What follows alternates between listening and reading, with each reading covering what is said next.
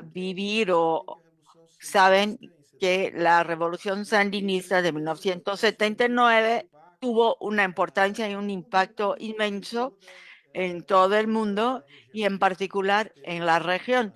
La esperanza de una revolución popular, democrática, surgió con mucha fuerza en ese momento, un momento en que las ilusiones y la esperanza de la revolución cubana ya estaban declinando. En Nicaragua apareció como una nueva luz en los sectores más progresistas y democráticos de Latinoamérica. 45 años después, la situación es totalmente distinta. Creo que no es un exagero decir que la dictadura que hoy se desplegó en Nicaragua ya hace un rato puede estar comparado con la dictadura de los Somoza. O sea, de hecho, tiene un aspecto familiar, de hecho, porque está comandada por la pareja de Daniel Ortega y Murillo. La idea de este seminario es doble: analizar de cómo Nicaragua ha llegado a este punto y también mirar hacia adelante con realismo, pero con esperanza, y ver cuáles son y evaluar los caminos para que Nicaragua pueda salir de la situación donde se encuentra, que es una situación de total supresión de las libertades. Es un ejemplo el hecho de que nuestros dos invitados aquí con nosotros, que pronto voy a presentar, están exiliados en Costa Rica. Mónica Beltodano decía que son más de 200,000 solicitudes de refugio en Costa Rica, lo que es un número extraordinario. La población de gentes de nicaragüenses, ¿no? Ahora cambio al español para presentar nuestros invitados, igual agradecer nuestros coorganizadores. Quisiera hacerlo en nombre de mi amigo Gabriel Salvia por el apoyo a la organización y la divulgación de este evento. Quisiera también darle las gracias a la Fundación Puentes por el Desarrollo de Centroamérica en nombre de Dipsia, que me imagino los dos estén ahí por detrás de la pantalla acompañando. Paso ahora a la presentación de los dos invitados. Primero Mónica, que hablará por 15 minutos al inicio. Mónica fue comandante guerrillera en la Revolución Sandinista, destacada opositora al actual régimen nicaragüense. Fue diputada a la Asamblea Nacional y dirigente del El Rescate del año 2007 hasta el año 2012. Actualmente reside en Costa Rica, pues fue despojada de su ciudadanía y expulsada de su país en 2023 por el régimen de Daniel Ortega. Es licenciada en Ciencias Sociales y máster en Derecho Municipal por la Universidad de Barcelona. Muchas gracias, Mónica, por estar con nosotros en esta tarde. Quisiera también presentar nuestro otro invitado, quien es Enrique Sáenz, quien fue diputado en la Asamblea Nacional de Nicaragua y gerente de proyectos para asuntos de cooperación y gobernabilidad en la delegación de la Unión Europea para América Central en Managua. Exiliado en Costa Rica desde 2018, desnacionalizado, o sea, despojado de su ciudadanía nicaragüense desde 2023 por el régimen de Daniel Ortega. Es licenciado en Derecho y en Economía y cuenta con estudios superiores en Ciencia Política y en Historia Latinoamericana. Dirige la plataforma de comunicación Vamos al Punto. Enrique, muchísimas gracias por tu presencia en este webinar de la Fundación Cardoso con CADAL y con la Fundación Puentes. Bueno, Mónica, te pido que hable por 15 minutos, después Enrique por otros 15 minutos y ahí iniciaremos una conversación entre nosotros. Los invitados que quieran, los participantes que quieran hacer preguntas, que las hagan por el chat de esta transmisión y las preguntas serán seleccionadas y yo trataré de hacerlas. Y me advierte de los expositores por las cuales herramientas, sí, de Q&A, no, es el chat y también la herramienta Q&A, preferentemente Q&A y Preguntas y respuestas. preguntas y respuestas, sí, en español. Bueno, sin más tardanza, Mónica, la palabra es tuya y una vez más, muchas gracias. Muchas gracias, Sergio, y a la Fundación Fernando Enrique Cardoso, a Puentes para el Desarrollo, a CADAL, por esta honrosa invitación. Voy a concentrar mi intervención inicial alrededor de la primera pregunta de nuestro encuentro. ¿Qué factores explican el tránsito de la Nicaragua revolucionaria hacia la odiosa y sangrienta dictadura del presente? Nos cuestionaban en la invitación. Es cierto, Nicaragua vive bajo un régimen de autoritarismo despótico, cerrado, sultánico, totalitario, que subordina a la pareja presidencial todas las instituciones militares y cívicas del Estado, pero también de la sociedad. Se ha conformado un ecosistema político que es alucinante como aterrador, del que se deriva un fenómeno sociológico, psicológico, político, que se despliega en paralelo a la opresión del Estado. Ese factor es un factor que lo puede describir todo o casi todo. Es el miedo político. El miedo a pensar en voz alta, miedo a ser considerado disidente, miedo a perder el empleo, a perder tus bienes personales, tu empresa, hasta la pensión de jubilación, como nos ha pasado a nosotros. Miedo a viajar porque no sabes si te van a quitar el pasaporte al salir o después no te van a dejar montarte al avión.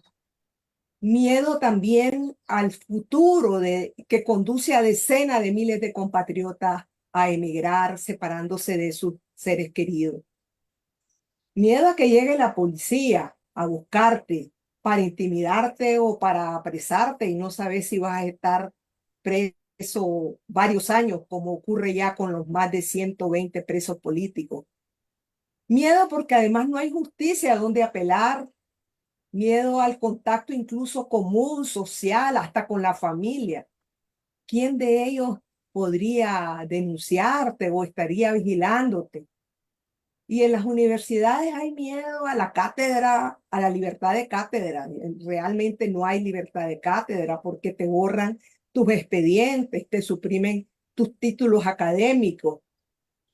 Ya no se asiste a reuniones gremiales, están prohibidas. Los partidos ya ni existen. Hay miedo hasta para ir a misa porque vivimos en una sociedad donde hasta Dios resulta sospechoso. El miedo incluso atraviesa la frontera y aún en el exilio hay miedo de lo que le pueda ocurrir a tu familia si das declaraciones o participas en movilizaciones contra el régimen. En fin, es el control del universo subjetivo del ciudadano, de su conciencia y hasta de su fantasma. Realmente lo que hay es la voluntad del poder de imponer un estado de sumisión consciente por medio de la violencia, del control y la ubicuidad del miedo, que en realidad funciona como un importante articulador del poder. El miedo, el recelo lo invaden todo en Nicaragua. Ni siquiera los que están cerca del poder pueden decir que no tienen miedo porque es al revés. Son los que más miedos tienen a expresar opiniones diferentes. E incluso el propio régimen es víctima de su propio miedo. Para nosotros realmente esto se ha convertido en un inmenso cuarto oscuro. Nicaragua es un inmenso cuarto oscuro en donde realmente se vive sin luz, sin esperanza y sin ilusión. Eso no suprime la ansia de libertad ni la resistencia interna de aquella que logra romper ese miedo. Pero la pregunta es, ¿cómo llegamos hasta aquí? Después de la Revolución Sandinista de 1979, que fue, por cierto, la última revolución armada victoriosa en el continente. ¿Cómo llegamos hasta aquí después de suprimir una dictadura dinástica que nos había dominado por más de 40 años? Fue una revolución que sedujo a la mayoría de los nicaragüenses, pero también a muchos a nivel internacional, porque sus novedosas propuestas de economía mixta, pluralismo político, no alineamiento, la diferenciaban de el socialismo realmente existente antes del fin de la Guerra Fría. Lamentablemente hay que decirlo que esos novedosos planteamientos no impidieron que Ronald Reagan, como representante del imperio, decidiera aniquilar esa revolución y someterla a nuevas guerras, extremos sufrimientos, privaciones. Estamos hablando del segundo país más pobre de América Latina, todo lo cual terminó por minar las capacidades de resistencia del pueblo. Y así que en las elecciones de 1990, la oposición unida en un solo bloque, más un pueblo cansado de la guerra, ansiando la paz como primer valor, sacó al Frente Sandinista del gobierno. Y hay que decirlo, fue ejemplar entonces que una revolución que había llegado por las armas entregara el poder de forma pacífica. Ahora, ¿cómo fue posible que 16 años después de esa revolución, Nicaragua transitara de la mano de los principales dirigentes de aquella revolución hacia la dictadura que hemos descrito anteriormente? En esta breve intervención yo quería fijar algunos mojones. No puedo desarrollarlo, pero quisiera que estos mojones contribuyan a romper los enfoques nostálgicos de aquella revolución o el recurrente, esgrimido factor monocausal del imperialismo norteamericano, al que lamentablemente recurren importantes figuras de la intelectualidad, pero también dirigentes de las izquierdas actualmente, para mantener su respaldo al régimen orteguista o guardar un cómplice y terrible silencio. De manera que para mí se niegan estas personas a aprender de la historia. El segundo, yo quisiera enfatizar dentro de esos mojones que la matriz de estas odiosas distorsiones tiene un cierto denominador común. Parafraseando al presidente Boric, diré que ahí donde se relativizan la democracia, los derechos políticos del ciudadano, los derechos humanos, solo queda en definitiva el camino del autoritarismo y la brutalidad. Y en la historia demuestra que eso no ha ocurrido nada más con las izquierdas, sino también con la derecha. Desde la gran revolución rusa hasta ahora, particularmente los sectores de izquierda, por suerte cada vez minoritario, persisten en seguir relativizando estas conquistas y se resisten a entender que en pleno siglo XXI, sin libertad, sin respeto a los derechos políticos del ciudadano, no hay progreso, no hay igualdad, no puede haber justicia social, mucho menos socialismo. Es todo lo contrario. Y en Nicaragua, de esta falencia ideológica y filosófica, se nutriría luego esta cruel dictadura que nos oprime. El segundo factor que quiero relevar es que junto a la transición que se operó en el 1990, los tres gobiernos que se sucedieron antes del 2006, si bien fueron vistos como avances para la paz y la democracia formal, fueron también gobiernos que aplicaron toda la dogmática de las políticas neoliberales en boga. Estamos hablando de las privatizaciones, la desregulación de la fuerza laboral, la promoción del debilitamiento del Estado y por ende también la desigualdad social. En el periodo 90-96, en el caso de Nicaragua, estas políticas crearon condiciones para el desarrollo de luchas sociales muy legítimas, pero fueron aprovechadas por Daniel Ortega para presentarse como salvador de los pobres. Un tercer factor que quiero relevar es que no hay dictadura sin dictadores, sin personas con instinto o vocación dictatorial. Ortega aprovechó el rol que había jugado en la revolución para conducir su proyecto de poder personalista, que inició al principio al estilo estalinista por el control primero del aparato partidario que fue privatizado, el FSLN, y luego se extendió esto hacia las organizaciones sindicales y sociales. Este proceso, no tenemos mucho tiempo para explicarlo, pero contribuyó a la construcción de la figura mesiánica y caudillista de Daniel Ortega. Y así el sandinismo, en un proceso de varios años, transitó del sandinismo al orteguismo. Un cuarto factor es que la cultura de pactos y corruptas componendas, heredadas por las élites, no solo políticas, sino también económicas, terminó también por asumirse por las nuevas figuras caudillistas que dominaron el escenario político después del 90. Y me estoy refiriendo principalmente a Daniel Ortega y Arnoldo Alemán, presidente 97-2002. Ellos realizaron un pacto mafioso que terminó por pervertir la frágil institucionalidad democrática. Hay que decirlo que también Ortega pactó con la cúpula clerical, sacrificando de manera especial los derechos de las mujeres, llegando al punto de criminalizar el aborto terapéutico. Estos acuerdos mafiosos y un manejable Consejo Supremo Electoral explican que Ortega regresara al gobierno con apenas el 37.8% de los votos.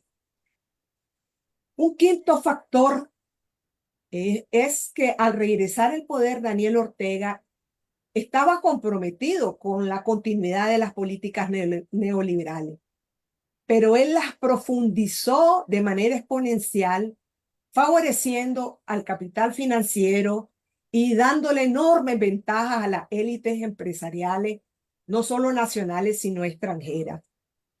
Esto a cambio de que le permitieran el control de todas las instituciones, que le permitieran la reelección inconstitucional del 2011 y los sucesivos fraudes electorales hasta el presente.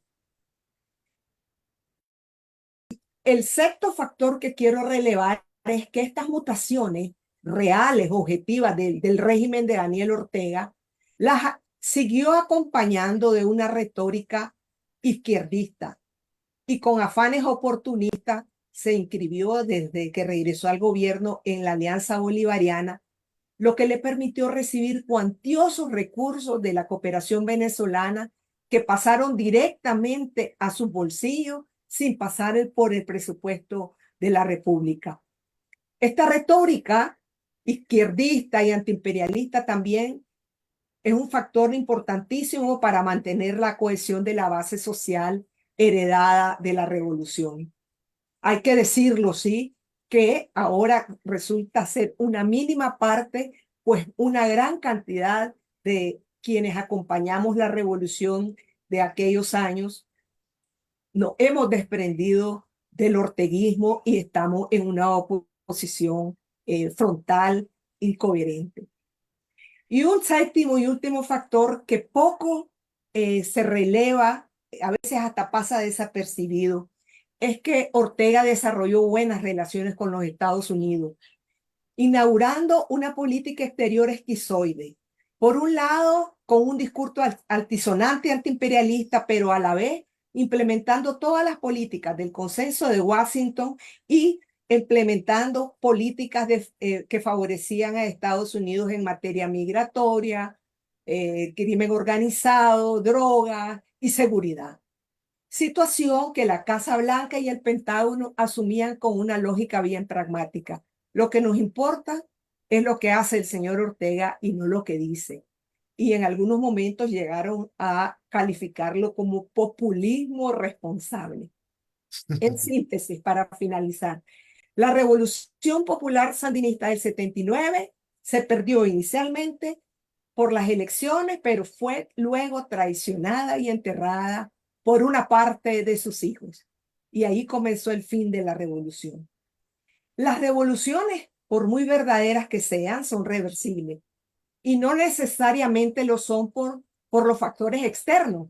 La historia nos demuestra que los mismos sujetos de transformación, con la acción política, con la pasividad o la indiferencia, somos capaces de empujar procesos involutivos, y eso es lo que pasó en el caso de Nicaragua, a quien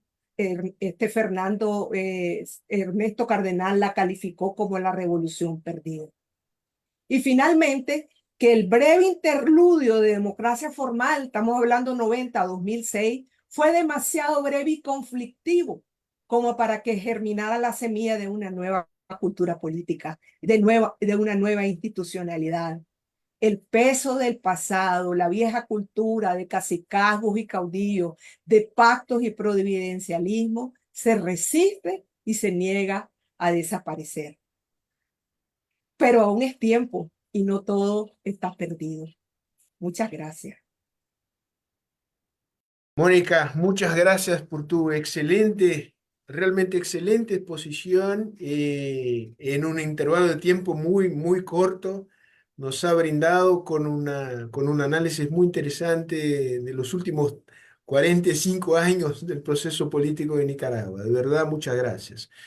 Bueno, Enrique, creo que Mónica te dejó ahí el hilo para que a continuación nos pueda brindar con una reflexión sobre, bueno, y el presente y el futuro de Nicaragua. ¿Qué podemos decirle al respecto?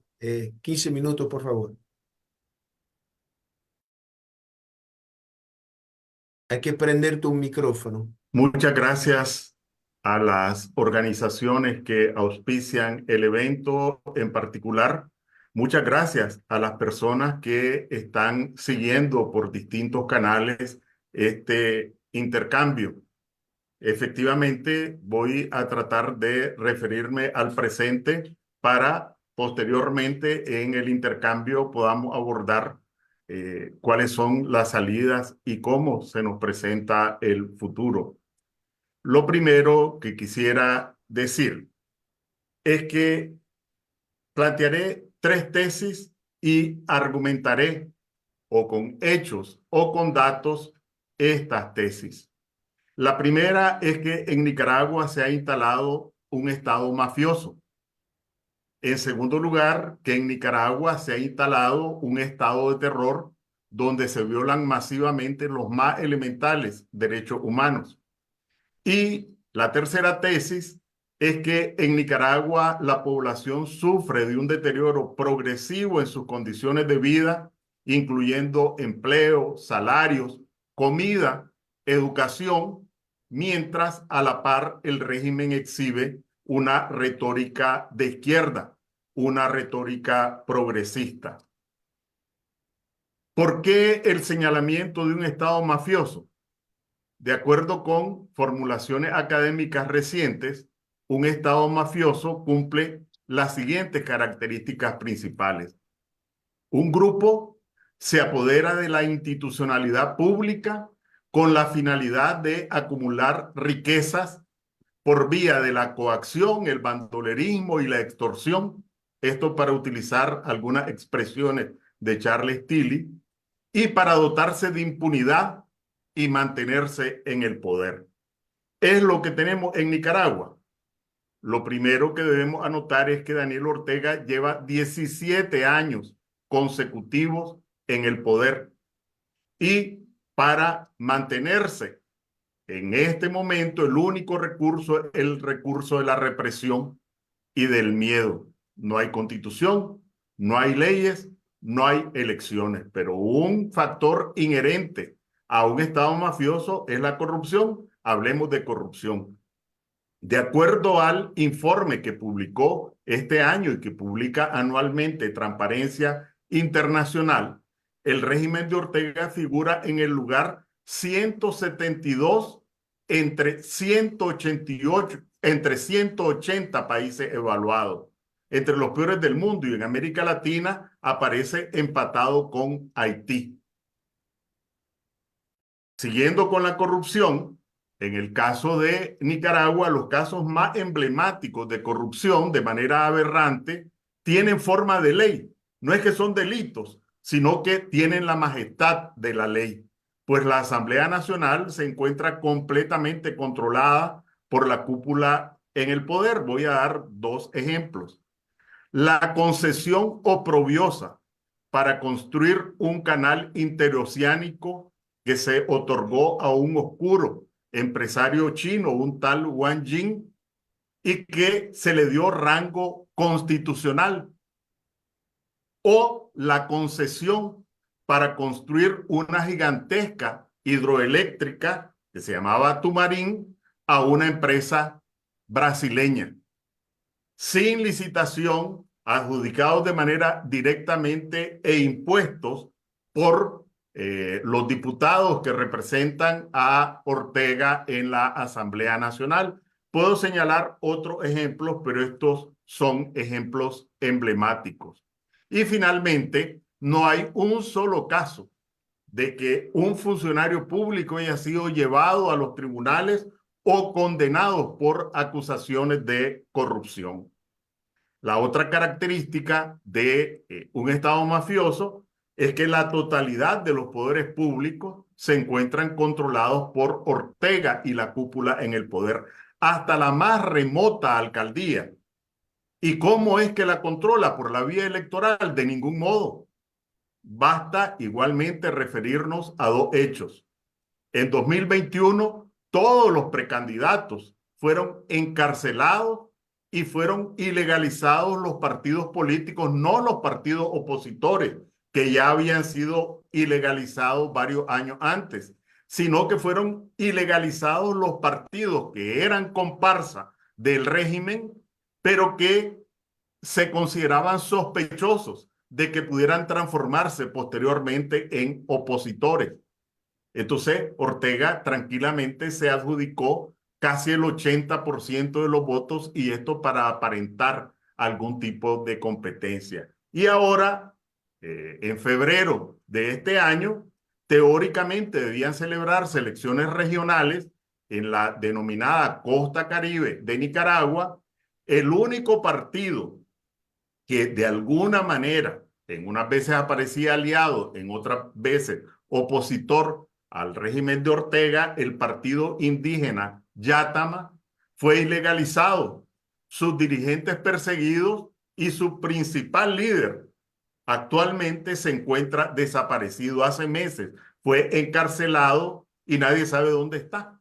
Ni las autoridades dan cuenta de ni siquiera cuál es su estado de salud. ¿Cuál es el resultado?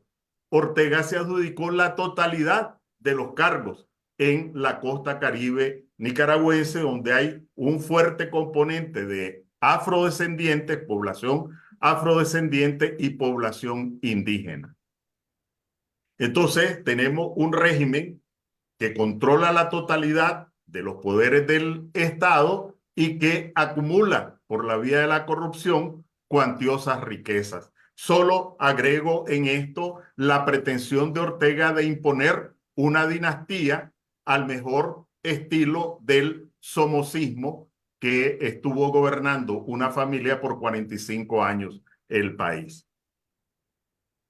La segunda tesis es que en Nicaragua se ha establecido, se ha impuesto un estado de terror donde se violan masivamente los derechos humanos prácticamente la totalidad de los derechos humanos. Y en este caso, igual que anticipé que me iba a referir a datos oficiales o a hechos, me permitiré leer algunas líneas del informe que publicó en el mes de enero, hace 2 meses, el grupo de expertos constituidos por el Consejo de Derechos Humanos de Naciones Unidas.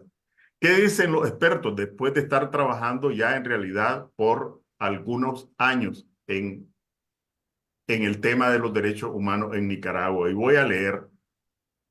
Desde la presentación de su primer informe, porque presentaron uno antes, el grupo constató una perpetuación de la persecución cada vez más generalizada de cualquier voz disidente en el país, con una centralización total de los poderes del Estado en manos del presidente y de la vicepresidenta, particularmente en lo que se refiere al poder judicial.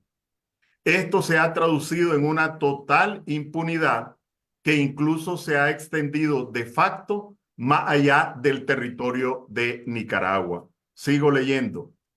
El grupo también pudo corroborar la información de su primer informe sobre tortura y tratos crueles o penas inhumanas o degradantes. Las violaciones, abusos y crímenes fueron perpetrados no solo para desmantelar los esfuerzos de la oposición activa, sino también para eliminar todas las voces críticas y disuadir a largo plazo cualquier nueva iniciativa de organización o movilización.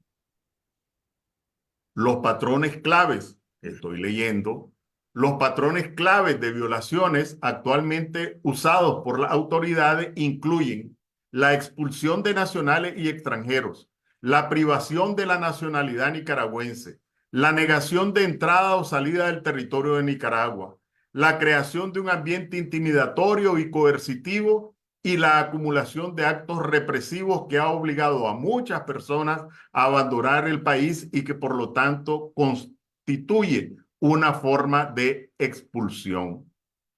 Finalmente, extraigo otro párrafo de ese mismo informe que dice: el presidente Daniel Ortega, la vicepresidenta Rosario Murillo y los altos funcionarios del Estado identificados por el grupo deben ser sometidos a investigaciones judiciales por su posible responsabilidad en los crímenes, violaciones y abusos descritos y analizados en el presente informe y en el primer informe del grupo. Quiero decir que en este último informe los expertos lograron identificar, incluyendo nombres, en las cadenas de mando por los crímenes de represión a la población.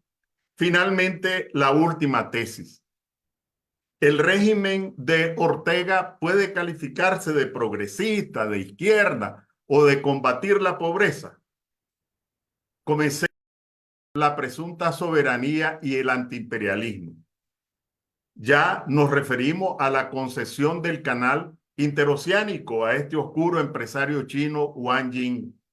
La totalidad del territorio nacional, esto parece mentira, pero cualquiera lo puede constatar, se encuentra hipotecada por 100 años. Por 100 años es la concesión que otorgó Ortega, en una vergonzosa concesión que recibió rango constitucional.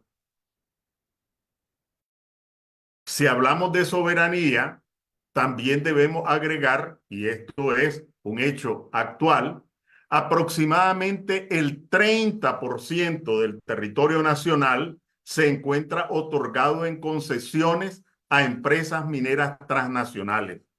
Podemos hablar de soberanía en estas condiciones. Por otro lado, en la historia contemporánea, aún incluyendo el somocismo, la economía de Nicaragua no había dependido tanto de la economía de Estados Unidos como con el antiimperialista Ortega. El 40% de las exportaciones en el 2023 tuvo como destino a Estados Unidos. Según el informe oficial del Banco Central, el principal origen de las inversiones extranjeras son inversionistas norteamericanos. Más del 80% de las remesas familiares de las que depende la economía del país también tienen su origen en Estados Unidos. Entonces, de soberanía y de antiimperialismo, por los mismos datos oficiales, pues solo hay el discurso retórico. Ahora pasemos a las condiciones sociales. En Nicaragua, aproximadamente el 80% de la población se encuentra en la economía informal. Después de 17 años con Ortega en el poder, se paga el salario mínimo más bajo de Centroamérica, pero los bancos en Nicaragua obtienen las mayores tasas de rentabilidad en comparación con los otros bancos centroamericanos. Ortega ha impuesto en Nicaragua un capitalismo salvaje en su peor versión, porque está fusionado con la corrupción. Después, solo en carácter de ejemplo, dos heridas o tres heridas profundas que difícilmente en el corto o en el mediano plazo van a poder restañarse. En primer lugar, la herida de la educación. De acuerdo al más reciente estudio de UNESCO, algo que se llama ERCE, donde con unas metodologías se comparan los rendimientos en América Latina en la niñez de primaria, se hacen unas pruebas para cuarto y sexto grado de primaria en tres áreas: matemáticas, ciencias y lectura. Pues resulta que de acuerdo con ese más reciente informe, el 97% de esta niñez nicaragüense no alcanzó el mínimo en la prueba de matemáticas. El 95% no alcanzó el mínimo en las pruebas de ciencias y el 87% no alcanzó el mínimo en las pruebas de lectura. Esa es una herida profunda. Ya voy a concluir. La siguiente herida profunda son las migraciones masivas de nicaragüenses hacia distintos países, agobiados, familias enteras, por la falta de oportunidades, el deterioro de sus condiciones de vida y la opresión. En los últimos 3, 4 años, de acuerdo con datos oficiales, más del 10% de la población ha debido salir del país a Estados Unidos, Costa Rica, España. Imaginen, teniendo en cuenta la población de Nicaragua, que es menor a 7 millones, que en el lapso de 3 años, 4, 22 millones de brasileños abandonaran Brasil para dirigirse a Argentina, Uruguay o Estados Unidos. Esta es una herida que igualmente difícilmente podrá subsanarse por sus repercusiones económicas, sociales, políticas y también culturales. Finalmente, la herida de la nacionalidad y el sentido de pertenencia. Ortega se siente con la capacidad de disponer y decidir quiénes somos nicaragüenses y quiénes no. Aquí estamos, Mónica y yo, que formamos parte de 317 nicaragüenses que fuimos despojados de nacionalidad, de nuestros bienes, de nuestras pensiones, declarados prófugos de la justicia y bueno, borrados incluso de los registros civiles. En un juicio, y lo pongo entre comillas, en el que de acuerdo a los registros oficiales, la acusación, la presunta acusación, se introdujo la mañana del 15 de febrero del 2023. Y por la tarde de ese día se leyó la sentencia por la acusación que había sido introducido en la mañana. Varios gobiernos latinoamericanos ofrecieron la nacionalidad a los despojados, pero de manera destacada España. ¿Con qué respondió Ortega? Ahora no publica el despojo de nacionalidad. Destierra, impide el ingreso de nicaragüenses, despoja de documentos de identidad, quita pasaportes de tal forma que esta situación de apatridia de facto queda en silencio. ¿Hay salida? Bueno, vamos a intentar responder a esa pregunta en el periodo de intercambio y de preguntas y respuestas. Muchas gracias.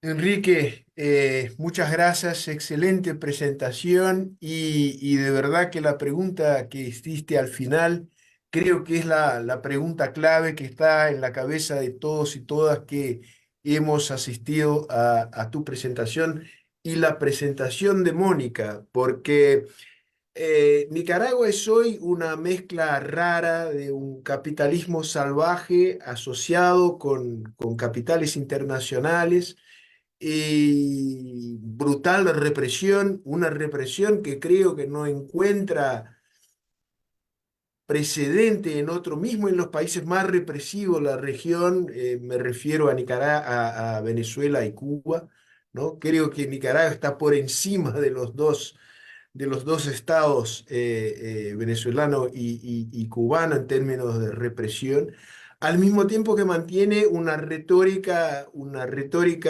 soberanista de izquierda, realmente una cosa impresionante.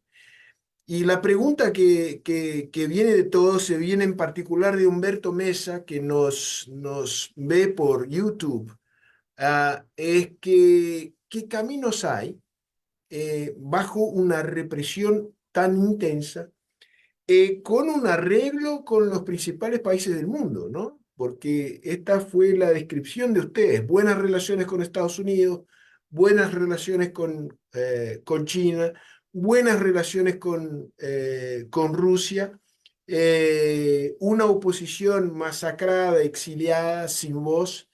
¿Es una dictadura sin fin? ¿Es una dictadura consolidada? ¿O se puede avisorar en un horizonte de mediano plazo alternativas a la dictadura del matrimonio Ortega? Mónica primero y Enrique después. Muchísimas gracias.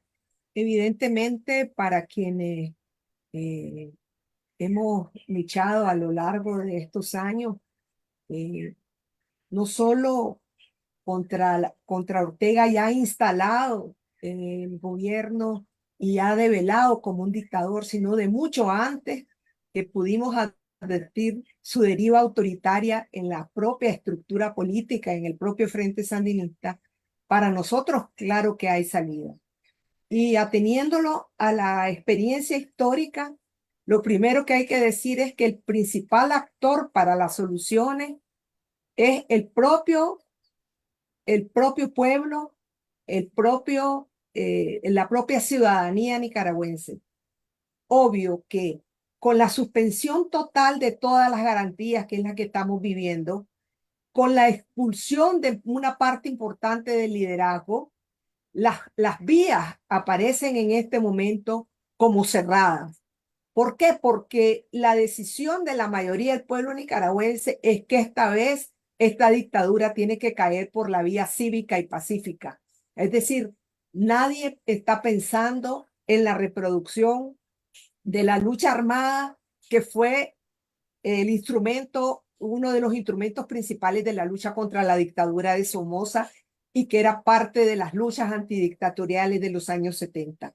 Ahora esta vez la gente dice, hay que lograr cambiar las cosas por la vía cívica y pacífica. Y obviamente eso conduce a una parte de la sociedad a pensar en elecciones libres, democráticas y transparentes. Camino que por el momento parece cerrado por la decisión dictatorial. Sin embargo, nosotros tenemos con absoluta convicción de que la vía de la rebelión cívica, que fue la que se produjo en el 2018 y que fue aplastada a fuego y sangre, sigue abierta.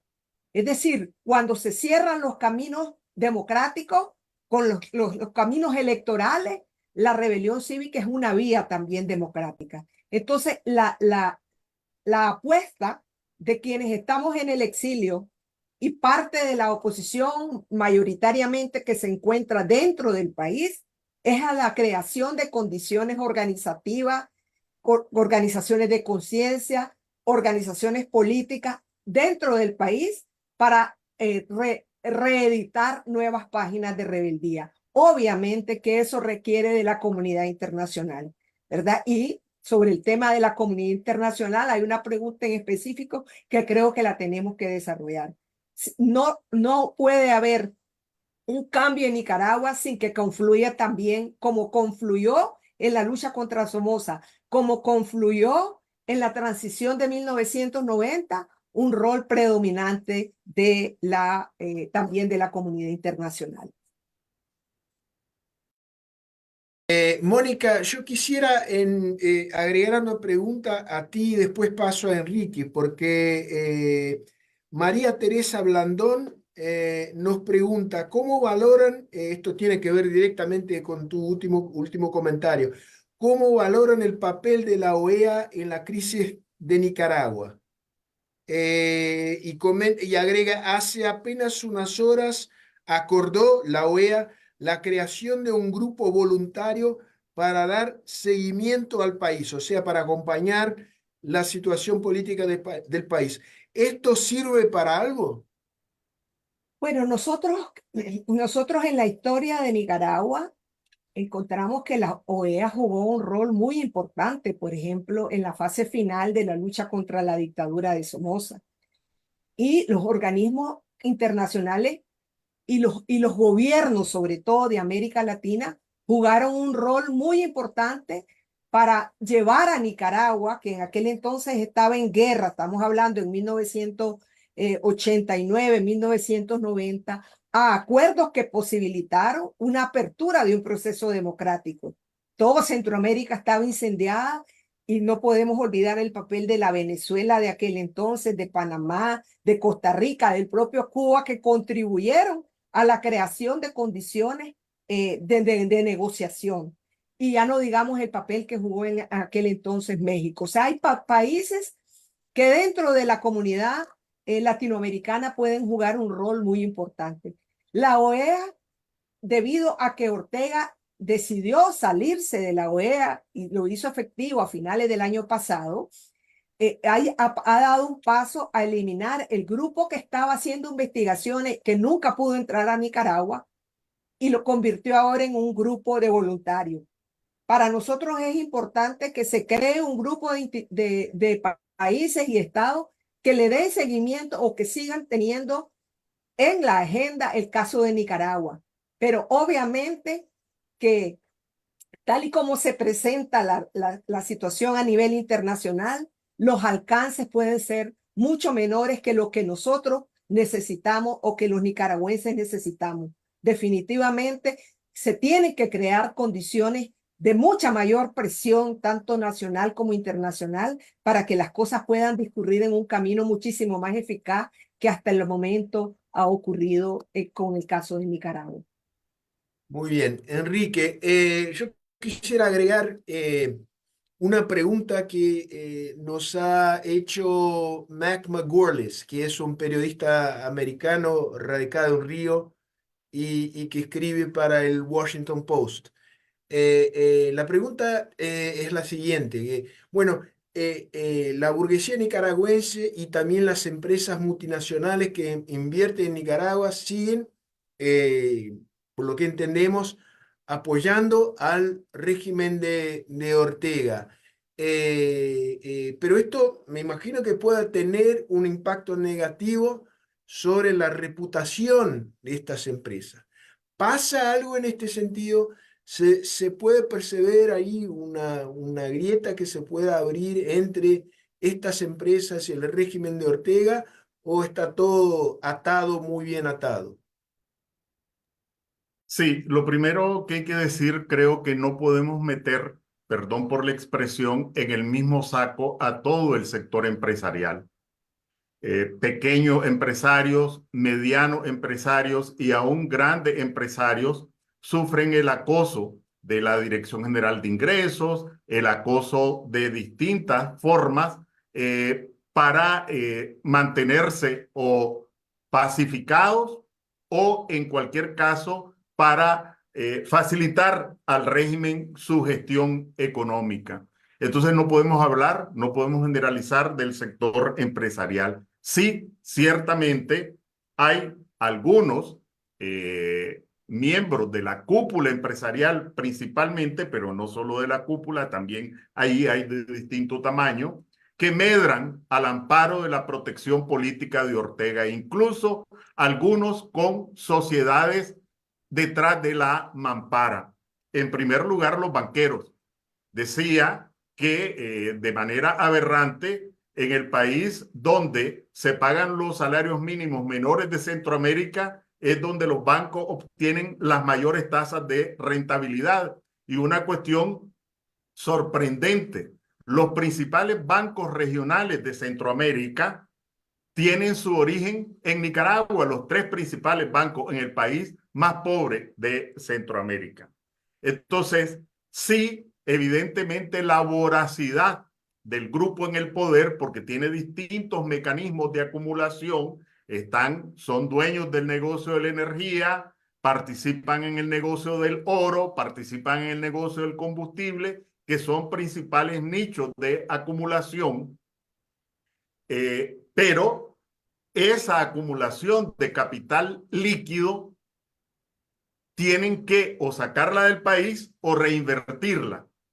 No se atreven a crear nuevas empresas. En consecuencia, están como un Estado mafioso, te voy a hacer una oferta que no va a poder rechazar. Ya conozco tu estado financiero, sé tu tasa de rentabilidad, te compro el 25% de las acciones, vas a seguir administrando, vas a tener protección ante la DGI, ante malestar laboral, etcétera, y todos tranquilos. Esto significa, y ya se ha expresado en el retiro de varias empresas transnacionales y nacionales. Por ejemplo, la principal y la histórica empresa captadora y exportadora de café de Nicaragua, que es uno de los principales rubros de producción y de exportación, literalmente anocheció y no amaneció.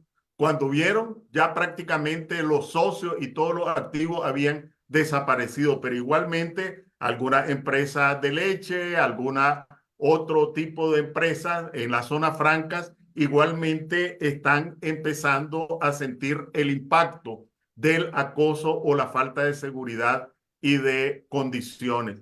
De tal forma de que hay que, y a propósito del papel que nos toca a nosotros, identificar cuáles son aquellos que están dispuestos a irse en el abismo con Ortega y cuáles son aquellos que no tienen de otra más que aguantar el golpe o aguantarse la gana de expresar alguna forma de resistencia. Enrique, una nota de pie de página, es una pregunta, creo que provocó curiosidad entre los brasileños la mención a una empresa brasileña a la cual fue adjudicada una licitación. El nombre, por favor. Bueno, mencioné un hecho, de todas maneras, eso está en la ley de concesión de Tumarín, se llamaba la Queiroz Galbao, era la Y- empresa beneficiaria Está de bien, la... Queiroz Galvão. Sí, está bueno, bien. lo pronuncio como lo pronunciamos No, no, en... no, claro, claro, no, no, pronunciando para que los brasileños puedan inmediatamente identificar de quién se trata, ¿no? Yo quisiera una otra pregunta a ti también, y yo quisiera también que Mónica la comentara en continuación. Uno de ustedes ha mencionado buenas relaciones con Estados Unidos. Desde el punto de vista de ustedes, eh, Trump o Biden, eh, uno u otro en la Casa Blanca, ¿qué impacto, qué diferencia pueden hacer en relación a la probabilidad, la capacidad de Nicaragua de salir de esta situación? Bueno, en mi caso personal tuve oportunidad de participar en un estudio sobre la política de Estados Unidos hacia Nicaragua. Y se comparó el periodo de Trump y el periodo de Biden y un poco también el periodo previo de Obama. La constatación, el hallazgo principal fue que la administración Trump y la administración Biden han sido reactivos a iniciativas que se han generado desde el Congreso. Y Ortega, bueno, los republicanos y los demócratas prácticamente no se ponen de acuerdo casi en nada. Sin embargo, ha habido un núcleo de congresistas que han forjado un consenso bipartidista y que de alguna manera se ha traducido en impulsos a la administración Biden o a la administración Trump. De tal forma de que algunos de estos impulsos han sido iniciativas de ley que después no se han aprobado, pero han sido un impulso, iniciativas de ley como la NICA Act o la ley Renacer que sí se han aprobado, o comunicaciones bipartidistas por líderes del Congreso, tanto al secretario de Estado o al mismo Trump en su momento, como a la administración Biden. De hecho, hace 2 semanas tal vez, fue después de mucho tiempo de silencio, que volvió a reanimarse ese consenso, de tal forma de que, tal como se ha demostrado, las administraciones norteamericanas seguían por intereses, la percepción de intereses que tienen en Centroamérica y en Nicaragua, y básicamente ahí otra vez el desafío nuestro, el desafío de los nicaragüenses en Estados Unidos es cómo se mantenga una posición en favor de la democracia, en favor de los derechos, en favor de una salida digna para el pueblo nicaragüense. Mónica, tu comentario al respecto. Hay que prender el micrófono. He señalado que de forma bien clara los Estados Unidos y la administración de Daniel Ortega desde que regresó en el 2007 eran bastante armoniosas. Las rupturas se presentaron en términos de derechos humanos cuando se produjeron las masacres del 2018, en donde, como es sabido, aumentaron más de 350 asesinados con disparos a la cabeza, al corazón, más de 2.000 heridos, en ese momento 800 detenidos, pero también algunos de ellos denunciaron violaciones sexuales, no solo muchachos, sino muchachas también. Entonces, la ruptura de las administraciones ha estado fundamentalmente centrada en el tema de los derechos humanos. Lamentablemente hay una separación o no se hace un puente entre derechos humanos y relaciones políticas y relaciones económicas. Porque hasta el día de hoy, Enrique hablaba de 40% de las exportaciones de Nicaragua van a Estados Unidos, pero 60% de las importaciones viene de los Estados Unidos hacia Nicaragua. Y las relaciones económicas también con la Unión Europea de alguna manera se mantienen inalterables.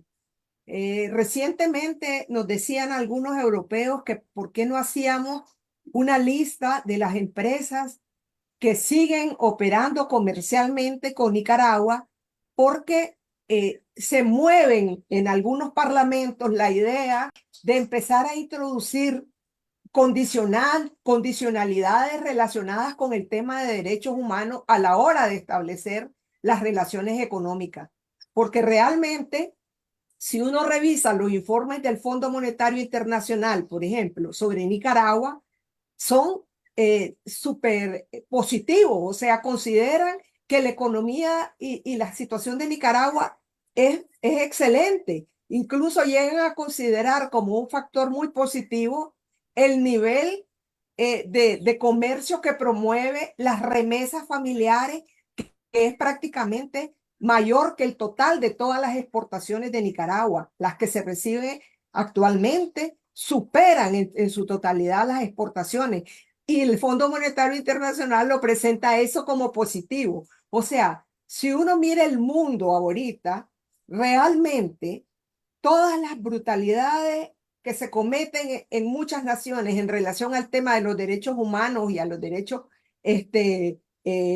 básicos como el de la vida, pasan por un carril y por el otro pasan las relaciones de carácter económico. Ese es un gran desafío que tiene la humanidad actualmente y que se pone en evidencia en el caso de Nicaragua, ¿verdad? Donde parecen discurrir en caminos diferentes, y por eso es que yo sostengo, y creo que la mayoría de quienes compartimos la lucha en el exilio, pero también adentro, de que al final de cuentas, como ha ocurrido en otras realidades, el factor determinante para que podamos abrir el camino y el retorno a la democracia va a ser la lucha del propio pueblo nicaragüense, ¿verdad? Porque pareciera que para algunas naciones, mientras no hay muertos, mientras no hay sangre, se viene y se normaliza de alguna manera la situación de ese país, que es de alguna forma lo que está pasando con la situación de Nicaragua. Muy bien, Mónica y Enrique, quisiera oír la evaluación de los dos sobre la política externa en relación a Nicaragua de los dos países más grandes de la región, Brasil y México. Empezamos por Mónica y después Enrique. Bueno, en el caso de Brasil, el lugar donde tuvimos la oportunidad de estar a principios del año pasado, en marzo del año pasado, y pudimos tener una conversación con Celso Amorín, que es el principal asesor de asuntos exteriores del presidente Lula. Podemos decir que en el seno del Consejo de Derechos Humanos de las Naciones Unidas, Brasil ha tenido una postura consecuente, respaldando los informes de condena al régimen de Ortega vinculado al tema de los derechos humanos. Pero queremos decirlo con toda franqueza, quisiéramos escuchar a un Lula muchísimo más contundente y claro para condenar no solamente las violaciones a los derechos humanos, sino también para condenar la deriva autoritaria, la supresión de todos los derechos y garantías de los nicaragüenses, de manera parecida a como lo ha hecho tal vez el presidente Boric, que ha sido en ese sentido muchísimo más claro, también un poco el presidente Petro. Nosotros quisiéramos una postura mucho más diáfana de condena de Brasil en relación a la situación de Nicaragua. Lamentablemente, igual podemos decir del caso de México, ¿verdad? Hemos tenido también comunicación con México, con el partido Morena. Morena se ha expresado como tal, como fuerza en solidaridad a la lucha del pueblo nicaragüense por sus libertades, pero también supimos, por ejemplo, que el presidente AMLO, Andrés Manuel, fue uno de los que abogó por la libertad de los presos políticos antes de que estos fueran desnacionalizados y enviados al exilio en Estados Unidos. Pero también igual creemos que ellos pueden jugar un mayor rol, así como lo jugó México, así como lo jugó Venezuela, así como lo jugó Costa Rica en la lucha contra Somoza, y así como lo jugó Colombia y otros países en relación a la transición democrática de 1990. Creemos que los países latinoamericanos pueden jugar un mayor rol, y ojalá que formen parte estos países que he mencionado de este grupo de países que voluntariamente van a seguir poniendo el dedo sobre la llaga sobre la situación de Nicaragua como comisión voluntaria en la OEA. Enrique, tu comentario sobre la misma pregunta. Sí, el día de hoy, miércoles, se trató el caso de Nicaragua en el marco de la OEA, a pesar que Ortega, para evadir el escrutinio, de la OEA, pues se salió denunció la carta de la OEA. Y me resultó alentador, tengo que decirlo, la posición que expresó Brasil públicamente alrededor de la decisión que se adoptó, porque realmente denota, desde mi punto de vista, en un punto que puede ser, ojalá y lo sea, un punto de quiebre en las posiciones hacia el régimen de Ortega. Ojalá y sea el inicio de un replanteamiento. Pero yo quisiera aprovechar la pregunta para dirigirme a los generadores de opinión, a los periodistas, a las organizaciones de sociedad civil, a las organizaciones políticas brasileñas alrededor de este tema, además de el gobierno. Es decir, en una reunión, de una forma un poco pesada, podría decir, una persona me dijo, estaba en un grupo y dice, bueno, aquí viene el futuro, señalándome a mí. Contanos cómo se vive en el futuro. Después entendí que no era tan pesado, era una cuestión para decir que buena parte de los países latinoamericanos, en este caso eran centroamericanos, veían que estaban ante la ruta de Nicaragua. ¿Qué quiero decir? Las democracias en América Latina no están aseguradas. Y en el caso de Brasil hemos visto expresiones muy recientes que colocan la democracia brasileña pues bastante alejada de lo que sería un marco muy estable por las noticias que uno conoce. Ya Brasil vivió una época de desapariciones, de desaparición de partidos políticos, de violaciones a los derechos humanos, etcétera, lo que nosotros estamos viviendo. ¿Qué quiero decir con esto? Que en las condiciones actuales, tomar una posición sobre las realidades de Nicaragua, la democracia, las elecciones, los derechos humanos, no solo es un acto de solidaridad hispanoamericana, no solo es un acto de principios humanitarios, sino que viene siendo casi un mecanismo de autodefensa. Entonces, así para el gobierno actual de Brasil, que enarbolar la bandera de la democracia y el respeto a los derechos humanos de manera vehemente en Nicaragua, en Centroamérica y en América Latina es una posición de principio, entendemos nosotros, también es una posición de autodefensa de valores que sustentan también la democracia brasileña. Yo quisiera, nos estamos acercando del final de nuestra conversación.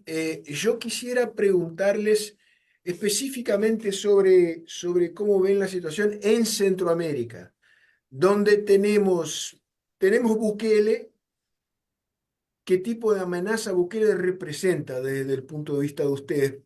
Ahí me refiero a una visión más de la región, más de Centroamérica. Para no hablar solo de sombras, pero también de luces, ¿cómo bien la presidencia de Arévolo en Guatemala, ¿no? Que fue un proceso bastante notable? Me imagino que una situación, una presidencia difícil, pero un quiebre importante de una tendencia de una oligarquía muy autoritaria en la región y con un aspecto muy simbólico de que el actual presidente sea el nieto del viejo Arévolo, que en los años 50 fue un presidente democrático progresista en Guatemala. Su sucesor fue Jacobo Arbenz y derribado del poder por la oligarquía guatemalteca con el apoyo en aquel entonces en el contexto de la Guerra Fría de Estados Unidos. Esto para dar dos referencias que me parece que son referencias polares e importantes y qué impacto pueden tener en el proceso político de Centroamérica en general y de Nicaragua en particular. Mónica. Mira, Yo aplicaría para los países centroamericanos en su conjunto la misma, eh, la misma base sobre la cual considero que es clave hacer las mediciones. Y no se puede relativizar la democracia. Está demostrado que la relativización de la democracia, de las libertades civiles, de los derechos humanos, todo eso es un mal ejemplo y todo eso conduce al autoritarismo y al desastre. Entonces, en ese sentido, creo yo que hay que eh, ver con mucha preocupación lo que sucede en El Salvador en términos de los derechos humanos y la supresión de las garantías constitucionales que ya llevan varios años. Y a la vez creo yo que debemos de ver con mucha esperanza y satisfacción lo que ha ocurrido en Guatemala, que hay que decirlo, fue posible no solamente por la claridad y por el enfoque correcto de Arévalo, sino también por el respaldo clarísimo del movimiento popular y en particular de los movimientos indígenas, porque la transición o haber logrado que tomara el gobierno no fue fácil y solo pudo darse las condiciones debido a la presión que realmente ejercieron las organizaciones populares. Y en este sentido, yo quiero enfatizar, y tal vez ya cerrando la parte de este evento, de que nosotros creemos que es importantísimo hacer un llamado, así como decía Enrique, a los comunicadores, a los periodistas y a los líderes políticos. Creo que también hay que hacer un llamado a las organizaciones populares, a los movimientos sociales en América Latina. Nosotros vemos con preocupación que una de las uno de los ejes o uno de los instrumentos que utilizan los regímenes autoritarios es la de la cooptación de los movimientos populares, la de subordinarlos a su lógica y quitarle a las organizaciones populares su rol, que es el de las reivindicaciones representativas de los sectores. En ese sentido, en Nicaragua, que está totalmente aplastada la libertad sindical, la libertad de organización, cerrado más de 3.500 organizaciones, es muy importante que el mundo de las organizaciones populares en Latinoamérica, en Brasil, Vía Campesina, movimientos sindicales, pongan también el ojo sobre la supresión de estos derechos que ocurre en Nicaragua y que está ocurriendo también en otras partes de Centroamérica. El movimiento feminista en ese sentido ha sido un ejemplo.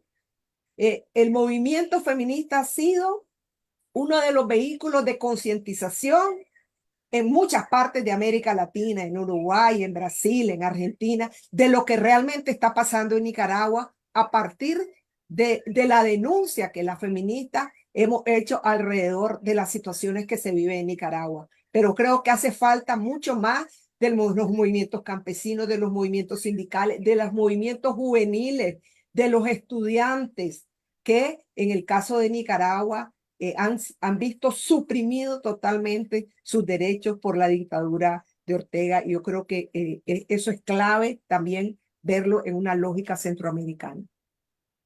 Muy bien, Mónica. Enrique.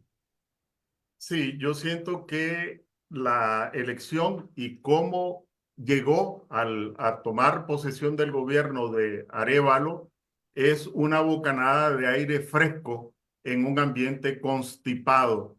No está asegurado y rápidamente voy a hacer un repaso porque en Centroamérica hay vasos comunicantes y yo celebro muchísimo esta pregunta. En los años 30 del siglo XX, cómo llegó Centroamérica al inicio de los años 30, con Tiburcio Carías en Honduras, con Jorge Ubico en Guatemala, con Maximiliano Hernández en El Salvador y con Anastasio Somoza García en Nicaragua. Todos utilizaban el mismo traje, todos hijos de golpes militares que se mantuvieron en el poder a sangre y fuego. ¿Cómo llegamos a la década del 60 con una especie de primavera económica, aunque con dictaduras, con el mercado común centroamericano, pero bueno, las sociedades centroamericanas se sacudieron al impulso de la modernización económica. 30 años después, ¿cómo llegamos en los 90? Una primavera aparente de paz, democracia, respeto a los derechos después de los conflictos de los 80, y parecía que ya ahora sí.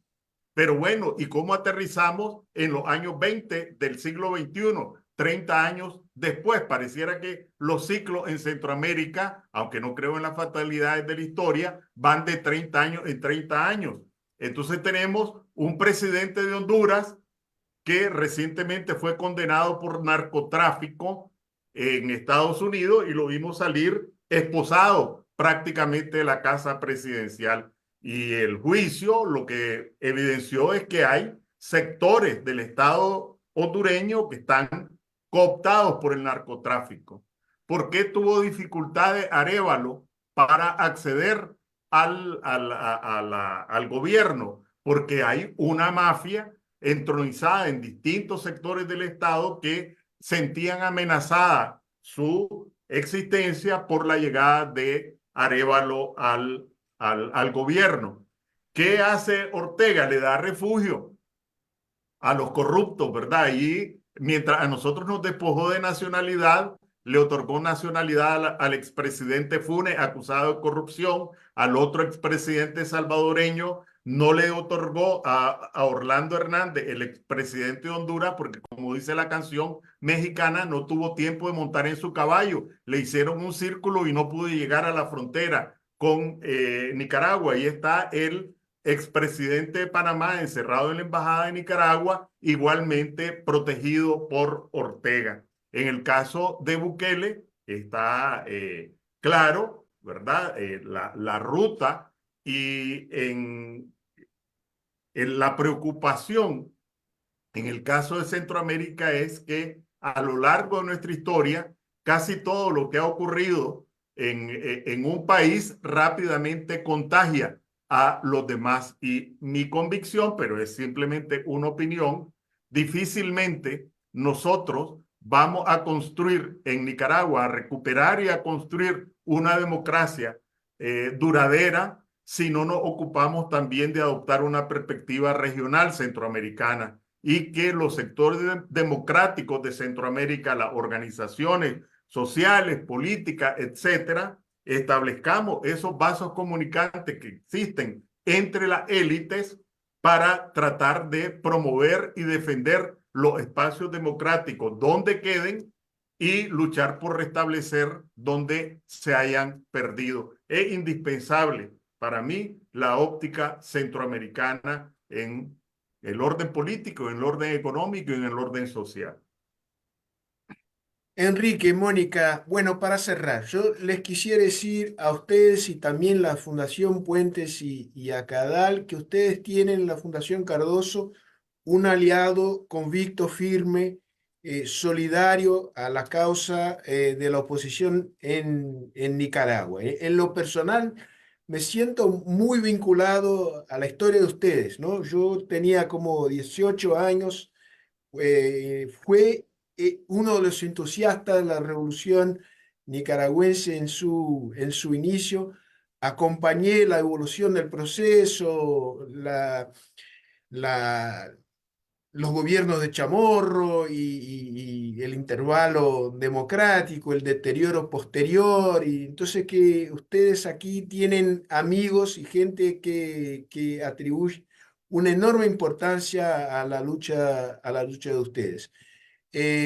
Aprovechen cuando les parezca oportuno nuestro apoyo, sea viniendo acá a Brasil, sea haciendo actividades como la que hicimos hoy y preferentemente en cooperación con instituciones amigas como CADAL y la Fundación Puentes. Entonces que una vez más muchas gracias y encantado de compartir este espacio con ustedes.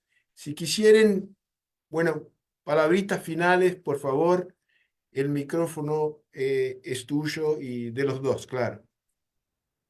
Muchísimas gracias, Sergio Fausto, ofrecimiento. Nuestra escritora Yoconda Belli afirmó a principios de los años 80 que la solidaridad era la ternura de los pueblos. Y nosotros hemos podido constatar a lo largo de los últimos años cómo esto sigue siendo un elemento esencial. Recientemente pudimos conocer de eventos que se realizaron, por ejemplo, en Alemania, una reunión de más de 60 gentes que anduvo cortando café en Nicaragua, que estuvo en la solidaridad de los años 80 y que están relanzando la solidaridad, particularmente buscando incorporar a las nuevas generaciones en nuevos enfoques de solidaridad hacia nuestro país, nuevamente sometido a una cruel situación como la que se está viviendo en el caso de Nicaragua. Entonces parece que es fundamental, tal y como está ocurriendo en estos días tan terribles que vemos con asombro y con indignación lo que pasa o lo que sufre el pueblo de Gaza por la agresión por la guerra, por la agresión brutal de la que está siendo víctima, pero también vemos, coincidimos en estos días, estamos hablando ya de que estamos en el 3 de abril y estamos conmemorando el 6º aniversario de la sublevación de abril, donde el pueblo nicaragüense supo ser también solidario entre ellos mismos y movilizarse, no solamente en defensa de los ancianos que estaban siendo afectados por la reforma de la seguridad social, sino luego también a todos los familiares de las víctimas, de los asesinados de aquel entonces. Entonces, para nosotros es importantísimo, Sergio Fausto, la solidaridad, y como decía, no solamente la solidaridad política, sino la solidaridad humana, el cariño, la solidaridad de los artistas, la solidaridad de las mujeres, la solidaridad de todos los sectores hacia un pueblo que realmente ha sufrido muchísimo y sigue sufriendo, pero que es además un pueblo que no nos cabe la menor duda que va a saber también resolver esta nueva situación, en particular a partir de sus propias fuerzas, de sus propias iniciativas y de sus propias energías. Estamos completamente seguros de eso y vamos a contar en esta lucha siempre con la solidaridad de todos ustedes. Así es. Muchas gracias. Enrique. Sí, yo quiero reiterar mi agradecimiento por esta oportunidad, agradecer a la Fundación Fernando Enrique Cardoso, a Cadal, a Puentes por haber tenido esta iniciativa, agradecer a las personas que han estado conectadas y a quienes seguramente después podrán ver la grabación. Realmente recibo con emoción este ofrecimiento con toda seguridad. Vamos a intentar corresponder a ese gesto solidario y yo quería, para finalizar, expresar mi solidaridad con la familia de Gabriela de Costa Lima, una joven brasileña que fue asesinada precisamente en el mes en esta jornada. Ella prácticamente no estaba, no había un acto en ese momento. Sin embargo, fue asesinada esta joven brasileña. Para quienes no lo sepan, ella estudiaba en Managua y fue víctima de un paramilitar que después fue amnistiado por Ortega.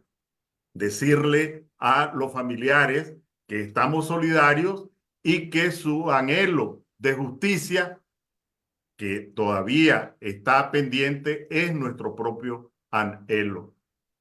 Muchísimas gracias. A ustedes, Enrique. Y última palabra.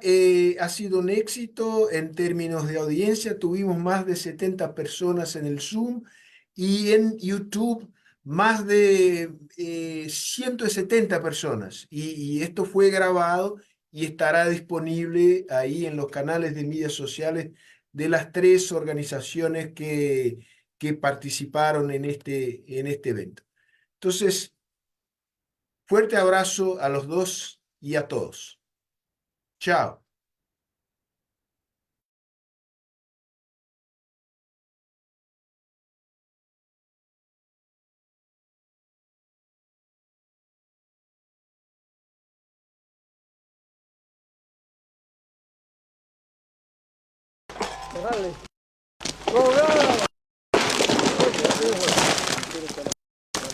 Si se corta el día que primero se va para allá. La fabricación de los trillos comienza por el corte de los pinos en los meses de invierno, cuando